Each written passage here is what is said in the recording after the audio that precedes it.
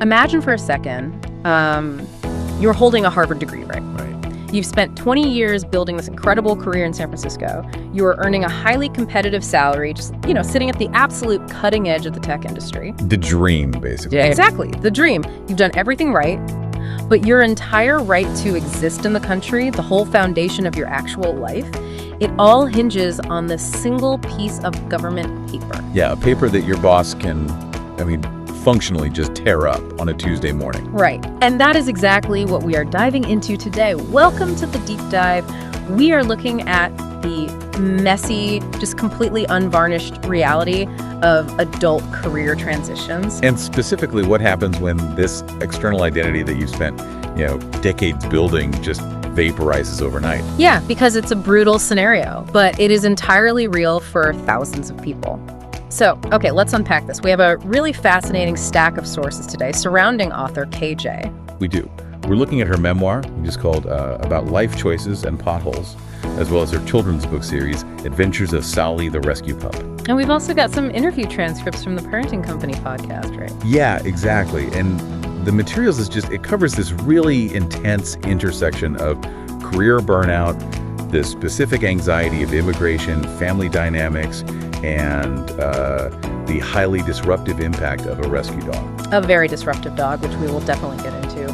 But the mission for this deep dive is to figure out how we actually navigate these massive, unexpected craters in our life plans. Like, how do you redefine what home really means when your blueprint completely fails? Right, and how you find purpose in the middle of all that chaotic reinvention. So KJ's starting point is going to sound uncomfortably familiar to a lot of high achievers listening to this. She is a data scientist and a software engineer. She has the ultimate 5-year plan. Oh, yeah, the classic 5-year plan. On paper, she has optimized her life perfectly. Right. But the sources reveal this massive, just glaring structural flaw in that optimization. Well, yeah, because she's an immigrant on an H-1B visa.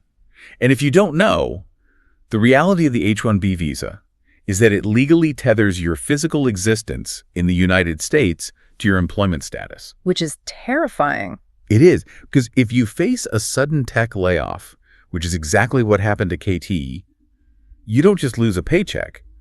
A 60-day ticking clock starts. 60 days. 60 days. You have exactly 2 months to secure a new sponsor, or you face immediate deportation. It's honestly it's like playing this massive, complex video game where you've spent 20 years grinding to level 99, right? Yeah. You've built the ultimate inventory, you've beaten all the bosses, constructed this huge stronghold, but you're playing on a server owned by a corporation. Mm-hmm. And the moment they experience a quarterly earnings dip, they just pull the plug on your server. Your entire save file is wiped out. That is a great way to put it. It doesn't matter how skilled you were. The code was never yours to control. It's like building a beautiful house on rented land. The rented land analogy is perfect because that captures the sudden powerlessness she felt. Kay actually describes the psychological fallout of this realization as falling into the digital abyss. The digital abyss. Wow. Yeah, because in corporate tech, the metric for human worth is incredibly narrow.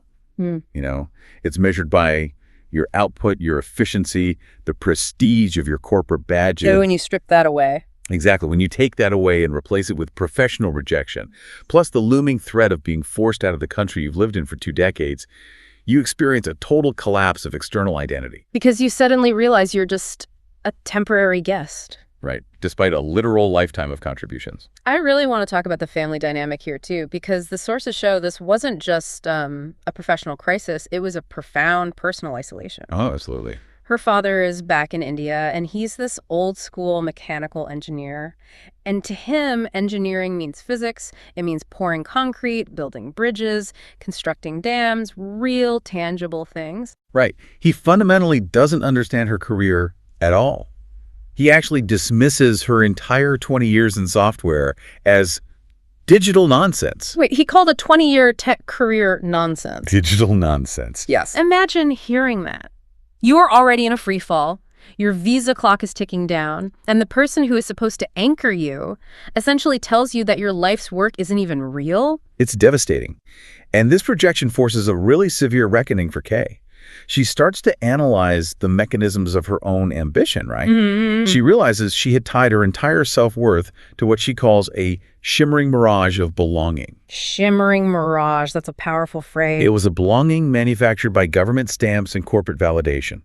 She had optimized her life for systems that possessed absolutely no loyalty to her. So when the digital world evaporated and that rented land was taken away, she was just left staring into a void. Okay, but I am struggling to understand her next move here because her life is spinning out of control. The visa is ticking down. She is staring into this void. And her response is to adopt a Belgian Malinois. yes, Sowley. I mean, for anyone listening who knows dogs, a Malinois is not a golden retriever. Not even close. That is a high-drive, intense working breed used by the military and police forces. They demand intense physical and mental exhaustion. Yeah, they are intense. Adding that to a collapsing life sounds like throwing gasoline on a fire. How did that not push her completely over the edge? I know, it seems entirely counterintuitive, doesn't it? Yeah. But Kay affectionately describes this dog, Sowley, as a Houdini in fur. A Houdini in fur. Okay. Yeah, the sources detail Sally just destroying green doors, literally breaking out of heavy-duty crates, and basically acting like a tornado of energy. Sounds exhausting. It is. But the mechanism of why this worked for her is absolutely fascinating. Yeah. When your life is collapsing in the abstract digital realm, worrying about algorithms, visa lotteries, and emails, a chaotic physical animal forces you aggressively into the present moment. So because Sally required so much hands-on management, Kay literally couldn't afford to just sit around catastrophizing about her visa. That's a big part of it. It's partially logistics, but primarily psychology. In her corporate life, Kay was existing in this world of scripted performances. Right. You have to perform competence, perform engagement, manufacture a brand.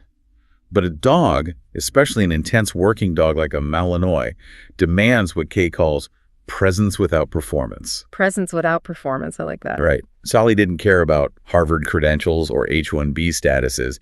She just needed the human in front of her to be authentic and engaged. I mean, if you've ever sat in a Zoom meeting pretending to care deeply about a synergy spreadsheet just to justify your salary and look like a team player. Oh, we all have. Right. Then you know exactly what that exhausting scripted performance feels like. It completely drains you. It really does. And Sally provided this lonely haven from that performance. Through the dog's constant hijackings of her day, the escapes, the messes, the absolute insistence on playing Kay learned a really difficult lesson about recovery. Which is what? That healing rarely shows up on a neat, organized schedule. It often shows up unannounced, it's messy, and it insists on being dealt with immediately. Through all the hound hijinks, Sally became her soulful anchor. Isn't it incredibly ironic, though, that while Kay's professional life was falling apart specifically because she lost control, she found her ultimate stability in an animal that was fundamentally chaotic and uncontrollable? It's the ultimate irony, but it worked. This chaotic anchor became the absolute center of her world. But because she became so deeply tethered to this anchor, it sets up an agonizing logistical trap because her visa runs out. Yeah, the clock hits zero. She has to leave the United States and return to India. Now, relocating a human is hard enough, but the mechanics of moving a highly reactive, crate-anxious working dog from San Francisco to Mumbai, that sounds like a structural nightmare. Oh, it was. The sources from the Pawrenting Company Podcast go really deep into the sheer terror of this process. Moving a pet internationally is fundamentally flawed, Because you can't explain it to them. Exactly. You cannot communicate the timeline to the animal. Kay talks about the night before the flight, just dealing with this shark guilt. It is the ultimate blind test of faith. We humans, we have itineraries, we have delay announcements on our phones, we understand time zones. Oh, you know what's happening. But you put a dog in a plastic box, hand them to a stranger in a loud airport, and basically ask them to take a terrifying leap into the dark. They just have to trust that you will somehow materialize on the other side of the world when that cage door finally opens. It's heartbreaking when you think about it like that. Yep. And the journey was fraught with specific disasters. Sowley got stuck in cargo logistics at one point. Oh, no. Yeah. And there was this incident detailed in the sources where they caused absolute chaos in a Munich airport lounge. Wait, a Malinois in a quiet business lounge? Yes. Because managing a hyper-aroused Malinois in a setting like that is near impossible. Sowley even injured her paw during the transit. That is so stressful. It was awful. Kay spent a sleepless night crying on her own flight, completely helpless at some 1,000 feet, just terrified. Her dog felt abandoned in the cargo hold below.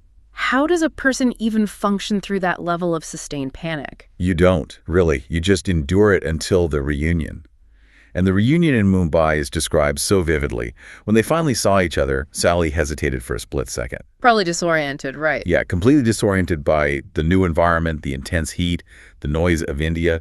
But after that split second, she just leapt into absolute recognition. Wow. And Kay pinpoints that exact second as the seed of her emotional clarity. Because it proved the connection survived the physical journey. The old life in San Francisco was dead, the corporate identity was gone, the rented land was taken away. But the bond with this dog remained entirely intact. Yes, beautifully said. And what is so compelling here is that this specific moment of clarity didn't just bring relief. It fundamentally altered how she communicated her value to the world.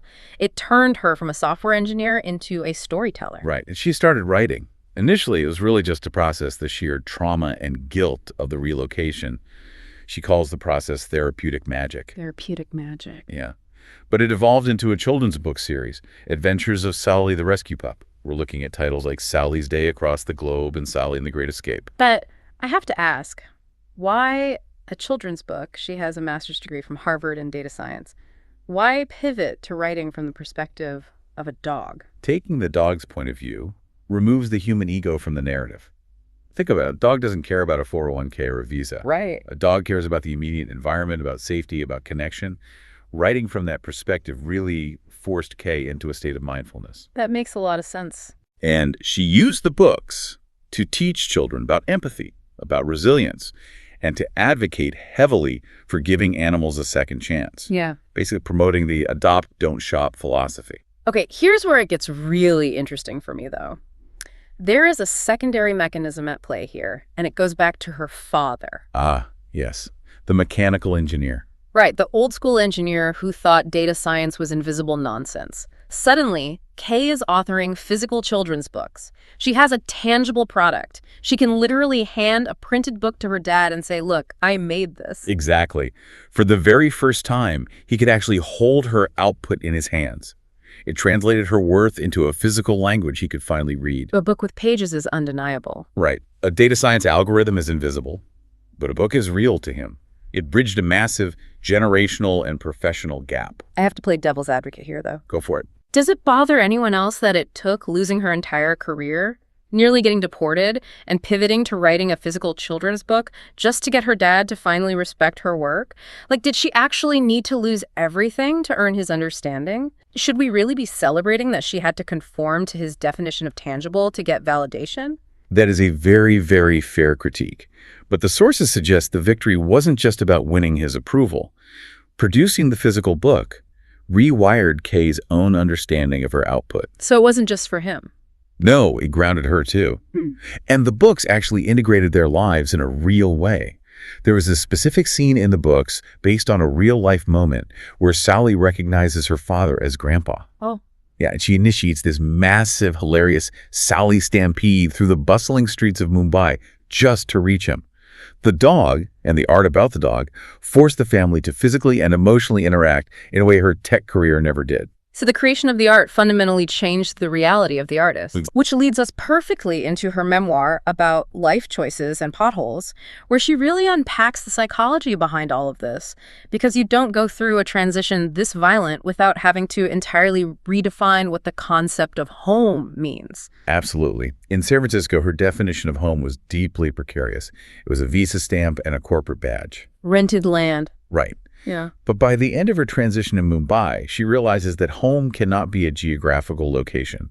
It cannot be a childhood house, and it absolutely cannot be a government document. So what is it? She advocates for a psychological shift. She calls the active cessation of the need for external validation.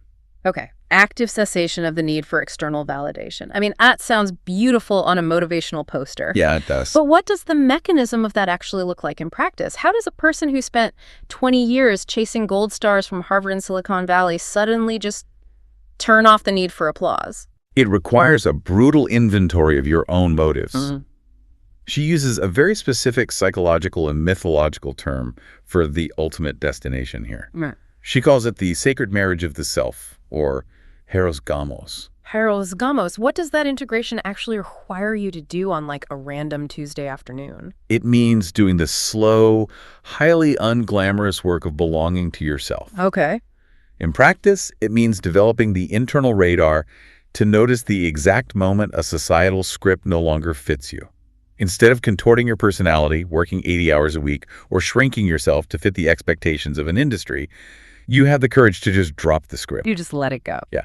You accept that you are a messy, ever-evolving work in progress rather than trying to constantly fix or label yourself. You stop outsourcing your identity to an employer. So what does this all mean for you listening right now? It really makes you wonder about your own daily routines, right? How much of our energy is spent performing for that shimmering mirage? Too much of it, usually. How many of us are staying in the wrong city, grinding at the wrong job, chasing a promotion or social media approval, simply because we are terrified of doing the quiet work of belonging to ourselves? We are literally letting our own save files be written on someone else's server. It is a terrifying realization, because taking ownership of the server means you can no longer blame the corporation when you feel unfulfilled. Kay's journey forces the reader to confront that exact discomfort. Let's look at the entire arc of what we've covered today. We started with a highly optimized data scientist in San Francisco whose life plan hit a massive pothole. Her visa clock started ticking. Right, and she vanished into a digital abyss of professional rejection. But we end with a grounded, self-aware storyteller in Mumbai who is actively bridging generational divides with her father. And the catalyst, the physical bridge between those two distinct lives, was a chaotic, screen door destroying rescue pup. Sally was the physical disruption that prevented Kay from retreating entirely into her own head. Exactly. The dog proved that true connection, whether with an animal or with your own authentic self, survives the collapse of your external circumstances. Healing isn't a neat, linear optimization process. It is a messy, energetic force demanding your attention. It forces you out of the abstract and into the dirt. It really does. Yeah. And as we close out this deep dive, there is a final concept from Kay's dynamic with Sally that feels incredibly relevant to how we structure our own lives. Let's hear it. We spend so much of our modern lives trying to manage our anxiety, trying to perfectly optimize our careers, and desperately trying to pave over the potholes. 5-year plans. Exactly. We want everything neatly contained. But look at Sally the Houdini in fur, constantly breaking out of heavy-duty cretes because she absolutely refused to be contained. Yeah. What if our own internal resistance to the corporate and societal boxes we are put in isn't a symptom of failure? What if that anxiety, that deep discomfort, and that sudden urge to escape isn't a sign that you are broken? Oh, wow. What if it's the exact signal you need to finally break out and run free?